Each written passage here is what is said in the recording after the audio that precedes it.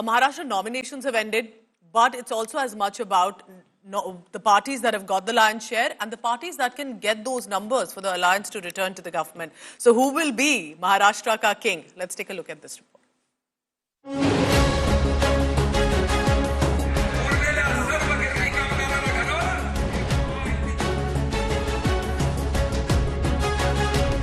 The battle lines are finally drawn.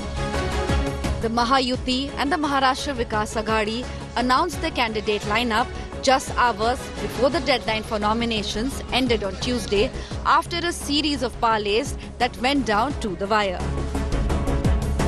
In the Aghadi seat-shedding pact, the Congress got the maximum seats at 102, followed by Shiv Sena UBT 96 seats and NCP Sharad Pawar 86 seats.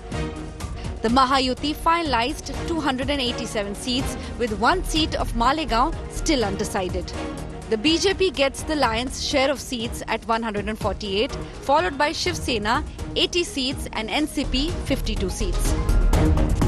इस बार शिवसेना और महायुति पूरी thumping majority से जीतेगी, क्योंकि 2.5 साल महाविकास आघाड़ी ने सब रोड़े डाले थे, काम बंद किए थे, प्रोजेक्ट बंद किया था, उनको हमने शुरू कर दिया और इसलिए हम ये डबल इंजन की सरकार में 2 साल में इतना काम किया है। इस काम के बलबूते पर महाराष्ट्र की जनता फिर ये महायुति के पक्ष में वोट डालेगी और अब तक के सारे रिकॉर्ड तोड़ेगी, थंपिंग मेजोरिटी मिलेगी।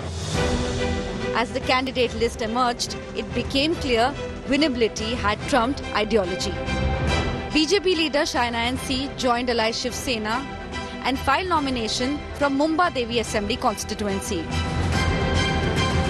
मैं उम्मीद करती हूं कि हमारे मुंबईकर हमें महायुति की सरकार को एक बार फिर मौका दे ताकि हम उसी रफ्तार से काम कर सकें। In Mankhurd Shivaji Nagar, Ajit Pawar's NCP fielded former minister Nawab Malik despite fierce opposition from the BJP. The official Mahayuti candidate is Shiv Sena's Suresh Bullet Patil, claimed BJP leaders. The Aghadi candidate there is Samajwadi Party leader Abu Azmi. तो मुझे लगता है वैचारिक रूप से हमारी लड़ाई तो कभी खत्म ही नहीं हुई। हम धर्मनिरपेक्ष समाजवादी लोकतांत्रिक व्यवस्था में विश्वास करने वाले लोग हैं और दादा ने भी कहा है कि पॉलिटिकल एडजस्टमेंट है। हम साहू फुले अम्बेडकर के विचारधारा के मानने वाले लोग हैं। अब लोगों का मुझे विरोध है, लोग मेरे खिलाफ कैंडिडेट खड़ा कर रहे हैं तो उनकी मर्जी है, लेकिन जनता के समर्थन से हम दोनों सीटें जीतेंगे। The most keenly watched contest is in Worli, where Shiv Sena has fielded Milan Deora against Shiv Sena UBT leader Aditya Thackeray.